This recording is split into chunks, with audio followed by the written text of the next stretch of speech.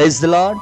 దేవతి దేవునికి వందనాలు. ప్రభు నామం పేరట ఈ సర్వోన్నతిని కృప అనే కార్యక్రమాన్ని వీక్షిస్తూ దేవుని మాటలు ఆలకిస్తున్న మీ అందరికీ నా హృదయపూర్వక వందనాలు, శుభాలు తెలియజేస్తున్నాను. ఈ దినము కొరకు ఏర్పాటు చేయబడిన దేవుని వాగ్దానము ఆది కాండము 21వ అధ్యాయము 18వ వచనము. నీవు లేచి ఆ చిన్నవాణ్ణి లేవనెత్తి నీ చేత పట్టుకొనుము, వానిని గొప్ప జనముగా చేసేదనని ఆమెతో అనెను. దేవుని నామానికే మహిమ కలుగును గాక. ఈ వాగ్దానం వింటున్నటువంటి మీ జీవితాల్లో ఈ వాగ్దానాన్ని నెరవేర్చును గాక. ఆనాడు ఎడారిలో ఏకాంతముగా ఉంది హాగరు. భర్త లేడు, అబ్రహాము గారు దగ్గర లేడు. చంటి బిడ్డను ఎత్తుకొని తెచ్చుకున్నటువంటి ఆ కాసిన నీళ్ళు అయిపోయిన తర్వాత ఆ చిన్నవాడి ఏడుపు చూడలేక వాడిని ఒక చోట పెట్టి దూరముగా వెళ్ళి ఎక్కెక్కి వేడుస్తుంది తల్లి. నా బ్రతుకు ఎలా అయిపోయింది ఏంటని. అయితే ఆ చిన్నవాని ఏడుపు ఎవరున్నారండి? దేవుడు విన్నాడు. దేవుడు విని హాగరుని దేవుడు ధైర్యపరచి, ఇదిగో లేచి ఆ చిన్నవాడిని ఎత్తుకో, ఇదిగో వాడిని నేను గొప్ప జనాంగముగా చేసి నేను నీకు తోడై ఉంటానని అక్కడికక్కడే ఎడారిలో నీటి ఓటలను ప్రభు కనపరిచాడు. ప్రియ దేవుని బిడ్డలారా, ఈరోజు ఈ వాగ్దానాన్ని వింటున్నటువంటి నీ జీవితంలో కూడా అటువంటి దుఃఖకరమైనటువంటి పరిస్థితుల్లో నీవు ఉన్నావా? ఎవరు పట్టించుకునే వాళ్ళు లేరని, ఏ దారి కనిపించట్లేదని, కొన్ని సార్లు సొంత వారిని బట్టి నువ్వు బాధపడుతూ ఉంటూ ఈరోజు ఈ వాగ్దానాన్ని వింటూ ఉంటే దైవ సేవకునిగా చెప్తూ ఉన్నాను, ఈ వాగ్దానము నీకోసమే.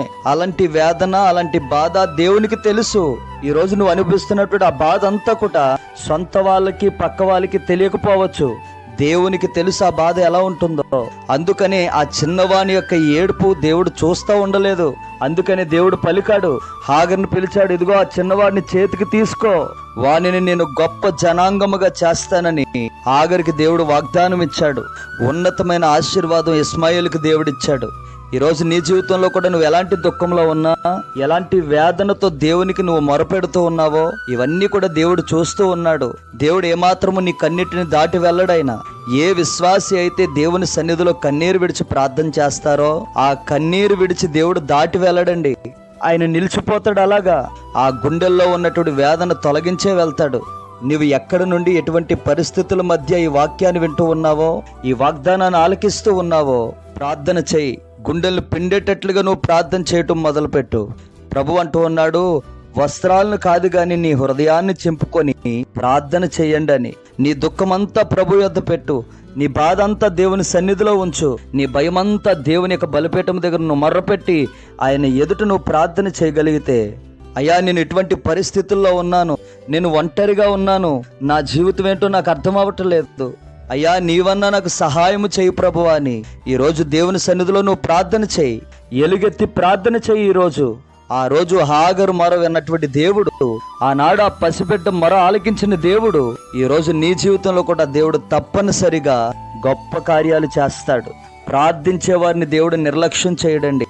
కొంతమంది క్రైస్తవులు ఉంటూ ఉంటారు, ప్రార్థన చేయకపోయినా దేవుడు మమ్మల్ని దీవిస్తాడని. అటువంటి వారిని దేవుడు లెక్క చేయడండి. మొరపెట్టాలి దేవుని ఎదుట, ప్రార్థన చేయాలి దేవుని మందిరంలో.